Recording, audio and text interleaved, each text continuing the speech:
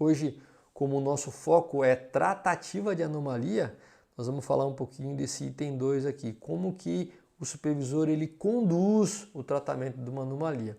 Não esquecendo que tem outros dois papéis aqui, o 1 e o 3, que você precisa realmente executar se você quer um bom desempenho da sua área no dia a dia.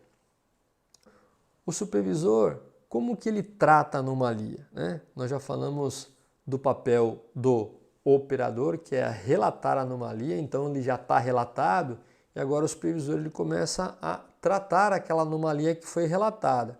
Então qual que é o primeiro passo do supervisor, né? Então ele volta um pouquinho atrás e verifica o cumprimento do procedimento operacional padrão. Então nós já falamos isso na aula passada. Se você não assistiu o episódio passado, o episódio 28, eu convido você para assistir, porque lá tem coisas super interessantes em relação à padronização do processo, entre outras coisas o POP.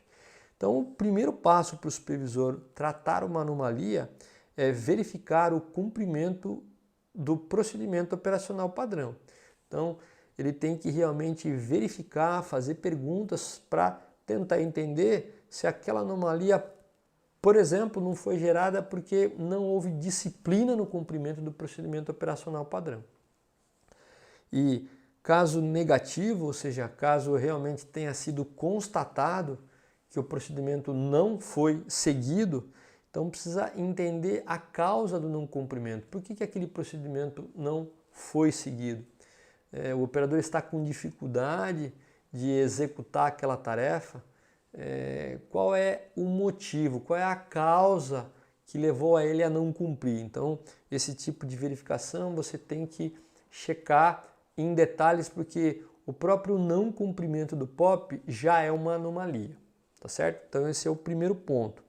Atenção, algumas vezes os operadores conhecem o padrão e não o cumprem por distração. Então, ele sabe, ele conhece, mas por algum motivo ele se distraiu e a coisa acabou desandando e gerando um problema de anomalia, um problema, por exemplo, de qualidade no produto. Então, pessoal, sempre que possível, avaliar a possibilidade de implementação de Pokayokes. Quando a gente tem Pokayokes no processo produtivo, que são os dispositivos à prova de erro, a tendência é que a gente não tenha anomalia. Então, toda vez que surgiu uma anomalia, comecei a verificar o passo 1, sempre tentar implementar dispositivos de baixo custo que possam evitar a repetição daquele problema. Tá?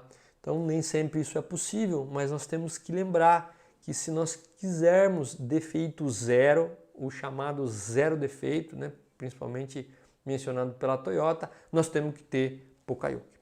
Então o primeiro passo do supervisor é começar a tratar a anomalia no sentido de verificar o procedimento operacional padrão.